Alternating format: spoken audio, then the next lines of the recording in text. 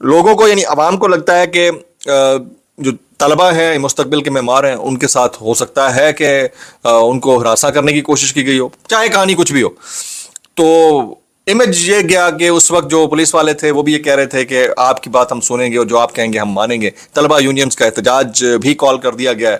لیکن اب تک کی اطلاع یہ ہے کہ مین جو بندہ تھا جس نے فنگر پوائنٹ کی تھی یا ہاتھ اٹھایا تھا جو بھی، اس کو ایک تو بارہ سے ہاسٹل سے گرفتار کیا گیا. دوسرا 25 کے قریب طلبہ، ان کی یہ پکچرز جو ہیں وہ وائرل ہو رہی ہیں، جو لاک اپ کے اندر ہی نعرے مار رہے ہیں، ان کو اریسٹ کر لیا گیا، گرفتار کر لیا گیا. اب کوئی بھی معاملہ ہے، کچھ بھی ہے، ایک تو پہلی جو سول ڈپارٹمنٹس کو میں سمجھتا ہوں کہ کوئی بھی باوردی سول شخصیت ہو، یعنی کوئی پولیس والا ہو، تو وردی کے اندر اس کے اوپر ہاتھ اٹھانے پہ گرفت پہ آ سکتا ہے. اسی طرح سے کوئی اور ہے. لیکن دوسری بات یہ ہے کہ کیا کوئی بھی شخص اس طرح سے پبلکلی فائر اوپن کر سکتا ہے؟ یہ بھی ایک سوال ہے جو نوجوان طلبہ بھی پوچھ رہے ہیں، سوشل میڈیا پر بھی پوچھا جا رہا ہے.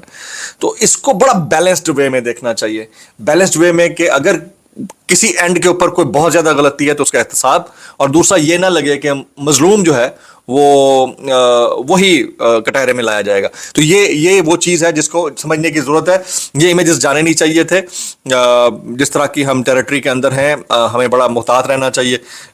باقی اندر کہانی کیا ہے، یہ مختلف ذرائع سے مختلف خبریں اب بن رہی ہیں، کہانیاں آ رہی ہیں، تو کسی کے ساتھ زیادتی بھی نہیں ہونی چاہیے. کسی کے ساتھ بھی، ان میں سے جو بھی کیریکٹرز ہیں ان میں سے کسی کے ساتھ زیادتی نہیں ہونی چاہیے، چاہے پارٹی اے تھی یا چاہے پارٹی بی تھی. اچھا، اب دونوں جو واقعات میں نے بتائے، ایک ہینا جاوید قتل کیس، اس میں اور اس واقعے میں بہت ڈفرینس ہے، بڑے معاملات الگ ہوں گے، لیکن پھر بات وہیں پر آ جاتی ہے کہ ہمارا نظام قانون اور نظام انصاف کیا ہے. اب تک کی جو اپڈیٹ آئی ہیں جی، خبریں آ رہی ہیں کہ ویڈیو میں دستوں گریباں ہونے والے طالب علم کو سرحد یونیورسٹی ہاسٹل سے گرفتار کر لیا ہے. اس ویڈیو کے اندر نوجوان نے کالا کوٹ پہن رکھا تھا. دوسرا، طلبہ یونین نے اعلان کیا ہے کہ طلبہ پر ہاتھ ڈالا تو پورے پاکستان کے طلبہ ساتھ کھڑے ہوں گے. اب یہ مطلب اتنا بڑا بکھیڑا ہونا نہیں چاہیے تھا، سمپل سا ایک معاملہ تھا، اس کو سارٹ آؤٹ ہونا چاہیے تھا. نہ ہی وہاں ہوائی گن فائر ہوتا، اور نہ یہاں وہاں پہ پہلے ابتدا جس نے بھی کی ہاتھا پائی ہوتی، یا جو بھی معاملہ تھا. یہ مطلب یہ معاملہ اتنا بڑھنا چاہیے تھا نہیں. ٹھیک ہے جی. اب آ جاتے ہیں اگلی ٹاپ سٹوری کے اوپر. اس حکومت نے، آپ کیا اس کے اوپر سمجھتے ہیں طلبہ کی گرفتاری کے اوپر؟ میکسیمم کامنٹس کیجیے گا. آپ کیا سمجھتے ہیں کہ ایک بزرگ شہری کے اوپر، باوردی شہری کے اوپر ہاتھ اٹھانے والے طلبہ غلط تھے، یا آپ سمجھتے ہیں کہ نظام انصاف جو ہے وہ مختلف انداز سے کام کرتا ہے؟ آپ میکسیمم کامنٹس کر سکتے ہیں. طلبہ جو یونین کا اعلان ہے میں نے آپ کے سامنے رکھ دیا جی. اب حکومت نے سارا ملبہ محسن نقوی صاحب کے اوپر ڈال دیا جی. رانا ثناء اللہ صاحب کی سٹیٹمنٹ ہے، وہ کہتے ہیں عمران خان سے فیملی کی ملاقات اور بچوں سے بات چیت نہ کروانے کا فیصلہ حکومت کا فیصلہ نہیں ہے، یہ ان اتھارٹیز کا ہوگا جو ملاقات کی سہولت ایکسٹینڈ کرتے ہیں اور اس بات کی توقع کرتے ہیں کہ سہولت سے فائدہ اٹھانے والے اس کو مس یوز نہیں کریں گے. اب یہ مس یوز ہوا ہے تو سپریم کورٹ کے سامنے ستمبر کی 16 تاریخ کو یہ معاملہ رکھا جائے گا اور کورٹ اس کے اوپر کوئی مناسب فیصلہ دے گی. یعنی انہوں نے سارا مدعا جو ہے یہ محسن نقوی صاحب کے اوپر ڈال دیا. پھر کہتے ہیں سپریم کورٹ میں توہین عدالت کا جواب وزیر اطلاعات یا وزیر قانون نہیں بلکہ وزیر داخلہ دیں گے. توہین عدالت یہ ہوئی ہے کہ ایک اسپتال کی بجائے دوسرے اسپتال میں چیک اپ ہوا. تحریک انصاف عمران خان سے شروع اور ان پر ہی ختم ہوتی ہے. اب یہ والا مدعا جو ہے باقاعدہ ڈائریکٹ رفٹ کی صورت میں کھل کر سامنے آ گیا. پھر آج منگل ہے، منگل کو خان صاحب کی بہنوں سے ملاقات کا دن خان صاحب سے ہوتا ہے. پہلے ڈاکٹر عظما اور نورین خان کی ملاقات آلریڈی ہو چکی ہے بائی اینی مینز. کیا آج یہ ملاقات ہونی دی جائے گی یا نہیں ہونے دی جائے گی؟ اگین یہ بہت بڑا کوشچن مارک ہوگا، تو اس کو دیکھنا ہوگا.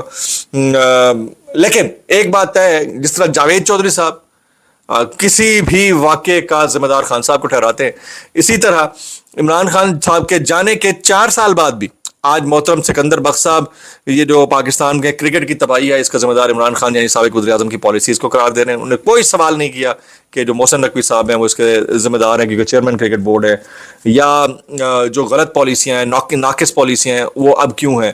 بالکل ویسے ہی جیسے ایک تو 21 ملکوں کے کرکٹ کیپٹنز وہ فارم 47 کے وزیر اعظم کو خط لکھ رہے ہیں. ایک طرف اس طرح کے لوگ ہیں، ایک طرف سے ہمارے پاکستان کے لوگ ہیں. یعنی وہ شعیب اختر صاحب کدھر ہیں جو کہتے تھے کہ میں کرکٹ میں بہت کچھ ہوتا اگر عمران خان صاحب کے دور میں آیا ہوتا. تو وہ کرے نا بات، کیوں نہیں کر رہے بات؟ میں بار بار ایک ہی سوال کرتا ہوں کہ پاکستانی کرکٹ ٹیم کے جو زوما تھے وہ کدھر ہیں؟ بولیں اور اس کے اوپر بات کریں. نہیں کوئی کرتا. اب جی کچھ وائرل بیانات ہیں ڈسکلیمر کے ساتھ. اچھا وہ غریدہ فاروقی صاحبہ کے میں دیکھ رہا تھا جی, خواتین ہیں, آسما شیرازی بھی بولی تھی خواتین کا خیال رکھنا چاہیے, اور یہ جو بھائی خواتین بہت ساری ایسے معذور خواتین کے ساتھ جو کچھ ہوا سڑکوں پر, جو جس طرح گھسیٹا گیا ہے, ہم نے اپنی آنکھوں سے دیکھا ہے, چاہے وہ کسی بھی پولیٹیکل پارٹی, خاتون تو خاتون ہے جی, ٹھیک ہے جی, وہ کسی بھی جانرا سے تعلق رکھتی ہے. تو بس اس چیز کو نا, انصاف کو سنگل آؤٹ کر کے ایک فریم میں دیکھنا بھی غلط ہے, اور کسی مطلب یہ ضروری نہیں ہے کہ مظلوم وہی ہو جو نظر آ رہا ہو, اور بھی مظلوم ہو سکتے ہیں. تو یہ بیلنسڈ وے میں دیکھنے کی ضرورت ہے, بیلنسڈ وے میں. بہرحال پاک فوج کا اپنا ایک خود احتسابی کا نظام ہے, وہ اپنے طریقے سے اس کو دیکھتے ہوتے ہیں, اور وہ ٹرانسلیٹ ہوتے ہوئے جب نظر آئے گا تو ساری چیزیں ڈائلیوٹ ہو جائیں گی.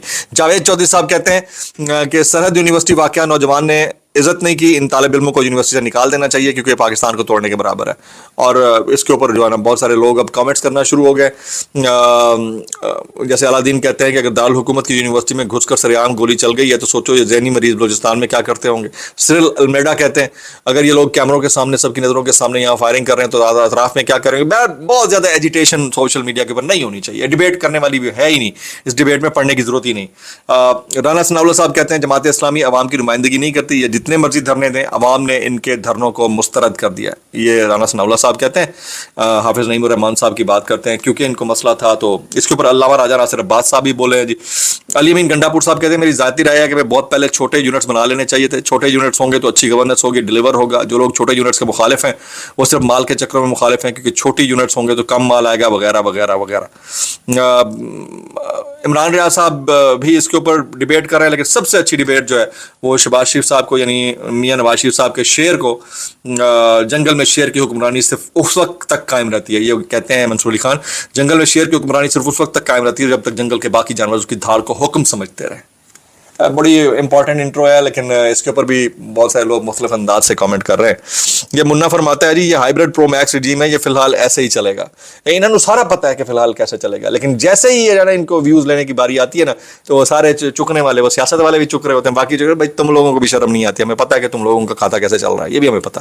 تو بہرحال اینی ہاؤ ساری ڈیبیٹ میں آپ نے زیادہ سے زیادہ کامنٹس کرنے ہیں. ڈسکلیمر اگین کہ ملک ہمارا ہے, ریاست ہماری ہے, فوج ہماری ہے, ادارے ہمارے ہیں, طلبہ ہمارے ہیں, دیکھ بھال کے چلیے.